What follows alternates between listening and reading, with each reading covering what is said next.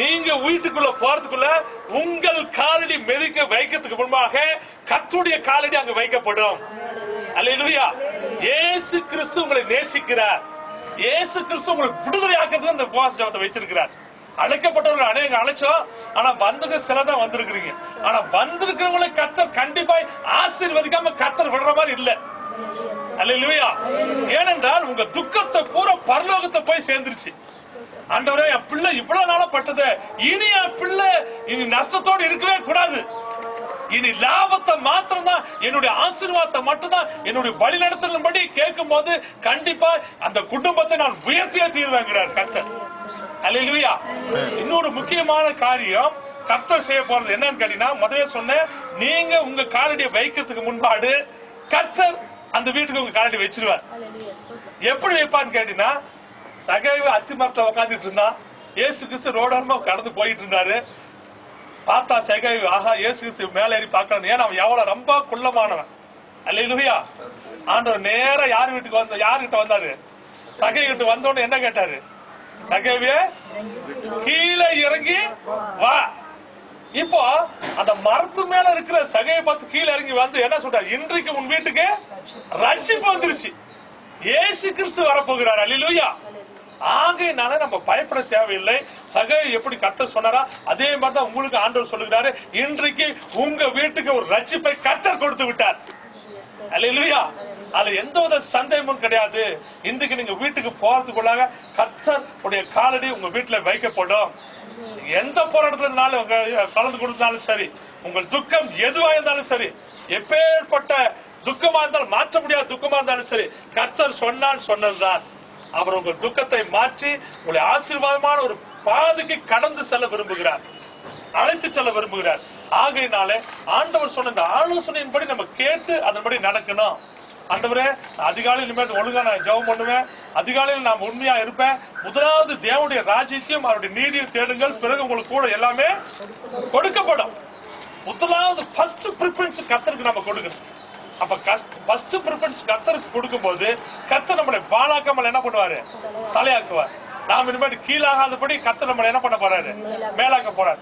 எல்லாத்தோட பெரிய காரியம், கர்த்தர் உங்களை நடத்த விரும்புகிறார். எப்படி நடத்த விரும்புகிறார் கேட்டீங்கன்னா, ஏசாயா 58:11 படிங்க பிரதர். ஏசாயா 58:11.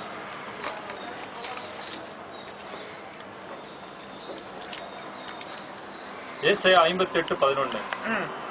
கர்த்தர் நித்தமும் உன்னை நடத்தி மகா வறட்சியான காலங்களில் உன் ஆத்துமாய் திருப்தியாக்கி உன் எலும்புகளின் நீளமுள்ளதாக்குவார். நீர் பாய்ச்சல் தோட்டத்தை போலும் வற்றாத நீரற்றை போலும் இருப்பாய். பாருங்க, ஆண்டவர் இந்த நாளிலிருந்து உங்களை கர்த்தர் நித்தமும் என்ன பண்ண போறாரா? நடத்த போகிறார். அல்லேலூயா. அவர் கரம் பிடித்து உங்களை நடத்த கர்த்தர் விரும்புகிறார். நீங்க விரும்பினாதான் கர்த்தர் கரம் பிடிப்பார், இல்ல என்ன பண்ண மாட்டாரு, விட்டுருவார். ஆகையினால கர்த்தர் நான் நித்தமும் என் பிள்ளைகளை நடத்த விரும்புகிறேன். அப்ப கர்த்தர் நடத்தணும்னா கர்த்தருடைய வார்த்தைக்கு நாம என்ன பண்ணணும்? கீழ்ப்படியணும். கர்த்தர் சொல்லுகிற ஆலோசனையின்படி நடக்கணும். எப்படின்னா சங்கீதம் 32:8 சொல்றாரு, நான் உனக்கு போதித்து நீ நடக்க வேண்டிய வழியை உனக்கு நான் என்ன பண்ணுவேன்? காட்டுவேன். உண்மையில என் கண்ணை வைத்து உனக்கு நான் ஆலோசனை சொல்லுகிற தேவன் நம்ம ஆண்டவர். அல்லேலூயா. நம்ம எப்பவுமே மனுஷன்கிட்ட ஆலோசனை போகவே கூடாது. என்ன பிரச்சனை இருந்தாலும் சரி, கர்த்தருடைய பாத்திரம் அமர்ந்து ஆண்டவருக்கு என்ன பிரச்சனைன்னு சொல்லி கேட்கும் போது கர்த்தர் அதுக்கு தகுந்த ஆலோசனை கொடுப்பாராம். கர்த்தர் நித்தமும் நம்மை நடத்த விரும்புகிறார்.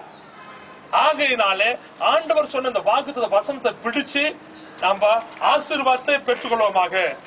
ஆமென். சொல்லுவோம். எல்லாரும் எழுந்து நிற்போம். எல்லாருமே எழுந்து நிற்போம். Thank you Lord. Thank you Jesus. எல்லாருமே எழுந்து நின்று தேங்க்யூ லார்ட். எங்களை அளவிலம் நேசிக்கும் பரம தகப்பனே, நன்றோடு துதிக்கிறோம் துதிக்கிறோம் துதிக்கிறோம் துதிக்கிறோம் துதிக்கிறோம் துதிக்கிறோம் துதிக்கிறோம் துதிக்கிறோம் அப்பா. நேற்றும் இன்றும் என்றும் என்றும் மாறாதவராக இருக்கிறதுக்காக மக்கோடா கோடி நன்றி. இந்த ஒரு சிறு கூட்டமாக இந்த உபவாச நாளிலே ஒரு சிறு கூட்டமாக சேர்ந்து எங்களை தோசமே கூடி சேர பண்ணினேன். உமக்கு கோடா கோடி நன்றி நன்றி நன்றி நன்றி நன்றி ஆண்டவரே. இந்த நாளிலே அருமை வந்திருக்கிற ஒவ்வொரு பிள்ளைகளையும் அப்பா நீ ஆசீர்வதிக்க வேண்டுமா அப்பா. உடைய ஆசீர்வாதத்தின் ஊற்றுக்கண் திறக்கப்பட வேண்டுமா? ஒவ்வொருத்தர் மேலும் ஆணிப்பா இந்த கரங்களை நீ வைத்து பிள்ளைகளை ஆசீர்வதிக்க வேண்டுமா கெஞ்சிருமாப்பா. இந்த பிள்ளைகள் வீட்டுக்கு போறதுக்கு முன்பாக உடைய காலடியை வைப்பேன் என்று சொன்னீரே, அதே மாதிரி வைக்கிறதுக்காக உமக்கு கோடான கோடி நன்றி நன்றி நன்றி நன்றிப்பா. யாரார் என்ன பிரச்சனையோடு வந்திருந்தாலும் இன்றைக்கு அந்த பிரச்சனையை உங்கள் துக்கம் சந்தோஷமாய் மாறும் என்று சொன்னீரேன். அந்த சந்தோஷமாய் கர்த்தர் மாற்றுவதற்காக உமக்கு கோடா கோடி நன்றி நன்றி நன்றி நன்றி நன்றி நன்றி நன்றி நன்றி அப்பா. பலத்தினாலும் அல்ல, பராக்கத்தினாலும் அல்ல, என்னுடைய ஆவியினாலே எல்லாம் ஆகும் என்று சேனைகளின் கர்த்தர் சொல்லுகிறார் என்று சொன்ன வார்த்தைக்காக உமக்கு கோடா கோடி நன்றி நன்றி நன்றி அப்பா. சிங்கக்குட்டிகள் தாழ் சென்று பட்டினாய் கிடக்கம் கர்த்தரை தேடுகிற பிள்ளைகளுக்கோ ஒரு நன்மையும் குறைபடாது என்று சொன்ன வார்த்தையாக என்னோடு சேர்ந்து ஜெபித்துக் கொண்டிருக்கிற ஒவ்வொரு பிள்ளைகளையும் கர்த்தர் தாமே அபரித விதமாக ஆசீர்வதிக்க முடியாது அப்பா. இந்த சங்கீதம் 23 கடைசி வசனத்தின்படியாக வாழ்நாள் முழுதும் பிள்ளைகளுடைய கர்த்தருடைய வாழ்நாள் முழுதும் பிள்ளையுடைய வாழ்க்கை எல்லாம் நன்மையும் கிருபையும் தொடரட்டும் ஐயா. ஆசீர்வாதம் இவர்களை தேடி இவர்கள் பாடக்கூடாது ஆண்டவரே, இவர்களை தேடி உடைய ஆசீர்வாதத்தை அனுப்ப வேண்டுமா கெஞ்சிரும் அப்பா.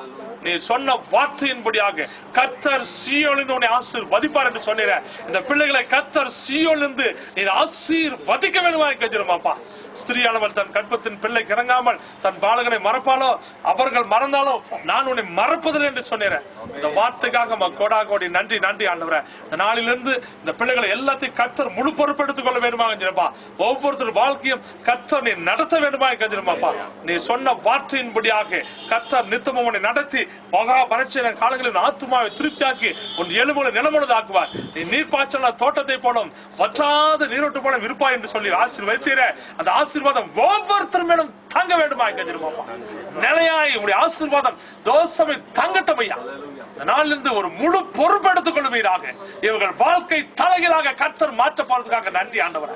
நீதிமானுக்கு ஒரு கேடும் வராது என்று சொன்னேன் அப்பா. ஒரு கேடும் வராதபடி காத்துக்கொள்ளுப்பா.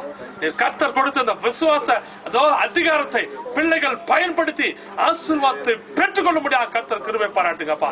யாக்கோபை போல உங்கள் பிள்ளைகள் விதோசமே தொடர்ந்து போராடி ஆசீர்வாதத்தை பெற்றுக்கொள்ள கர்த்தர் நிதாசமே உறுதுணையாய் இருக்க வேண்டுமா கெஞ்சினோம். நீர் அப்படி செய்ததுக்காக கோடா கோடி நன்றி. துதிக்கான மகிமை எல்லா மக்கள் உரியதாக மீட்பர் இயேசு கிறிஸ்துவின் வல்லமையுள்ள நாமத்தில் ஜெபத்திற்கு நல்ல பிதாவே. ஆமென் ஆமென்.